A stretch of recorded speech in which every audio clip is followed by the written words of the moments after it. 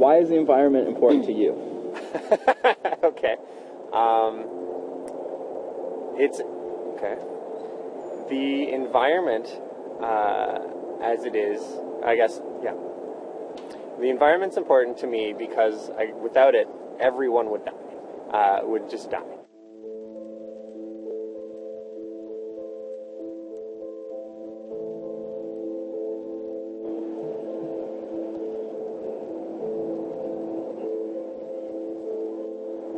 We have a lot of serious problems to deal with in the very short-term future that our current economic system just isn't.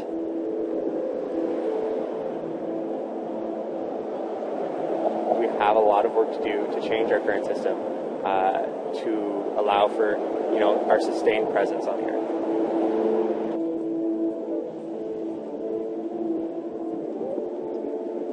I mean, I hate to use the cliche, but an inconvenient truth has done so much about that to just, get through to people the urgency of the issue that we need to start tackling global warming 10 years ago.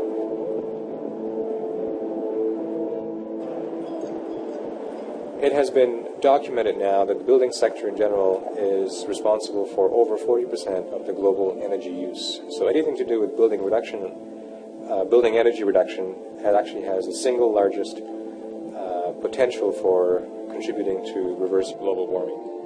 I think once people understand that and they sort of internalize that, they'll say, what can we do to get started on this? And sustainable architecture is just the next step.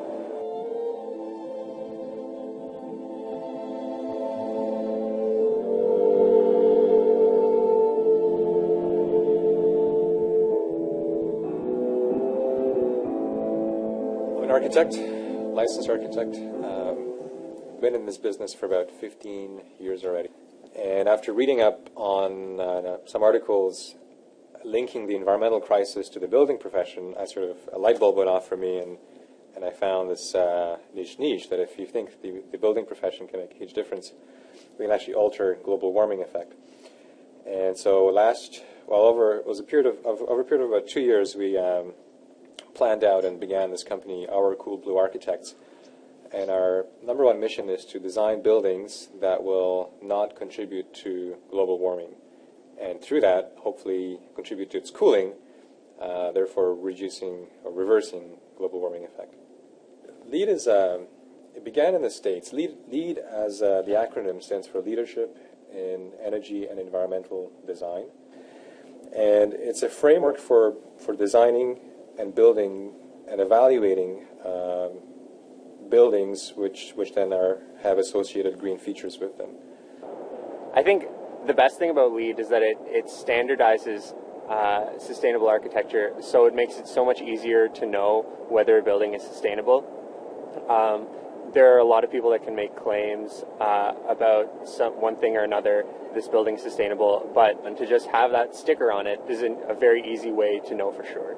If you can do anything to help reduce the environmental impact, if you have a choice, is to reuse existing buildings. If you don't have to build anything new, but you can reuse an existing building, that's the one single biggest thing you can do. Second, to recycle building components as whole, so beams, bricks, those kind of things, like things that you can actually take and reuse as whole from one side to the other.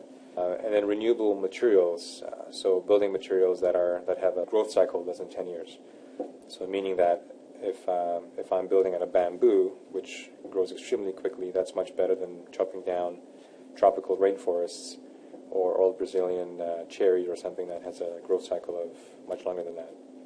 On sustainable sites, the issues that are primarily addressed are starting at a very fundamental level of when you begin construction, just controlling erosion and sediment that leaves the site. Any activity which is associated with digging up soil can leave a lot of dust, can pollute sewer systems and so on. So there's control measures that are put in place to minimize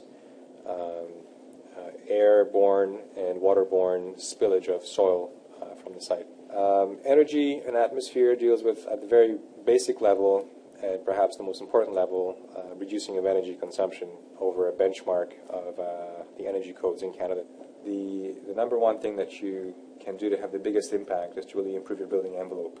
So if you can, using the analogy of putting on a winter jacket when you go outside, if you can put a jacket on the outside of your body, you will naturally keep yourself warm and keep the building well insulated, versus if you swallow your jacket, the jacket isn't doing you very much good. And then the other thing you can do is use the right type of glass, really using better than average glass types to reduce your shading coefficients, reduce heat gains coming into the building, and in the wintertime eliminating or reducing thermal transfers to the outside. One of the biggest issues with older buildings is that we keep recirculating air because it's expensive to heat and cool air. So really what we're doing is we're adding, let's say, 10-15% of fresh air from the outside and heating that up to a standard, and then the rest of it is just recirculated, and all the CO2 and people's airborne sneezing, coughing diseases, it's not very good for you. So the green building movement has been in pushing 100% fresh outside air as much as possible. Right now, local municipal governments have a lot they can be doing. They can be saying that we want all of our buildings to be at least LEED, and then incorporate some positive planning into that, which, I mean, they should have been doing for a long time. It's been recognized that this government that we currently have has been weak when it comes to the environmental policies. Quite in step with what's happening in the U.S. There's very little happening as well. What I strongly believe is that there is not a lot of knowledge in sustainable design today. That will change very quickly. It will change within the next 5 years. Green building will be mainstream in the next 5 years, I believe. The building codes, in fact, in 2012, the Ontario Building Code will adapt at LEED level type of performance without saying you must do LEED. You will just do building code design. So within 5 years, things will change. When trying to get people interested and sort of get people wanting sustainable architecture and planning, the first thing is to certainly get them on board with sustainability and sustainable planning. LEED makes sure that our buildings use less energy, but sustainable planning makes sure that our lifestyles use less energy, our transportation, the way that we use land, our agriculture, everything, about our lifestyles. So that's why I'm in planning, why I'm involved, is because we have a lot of work to do to change our current system to allow for, our sustained presence on the earth.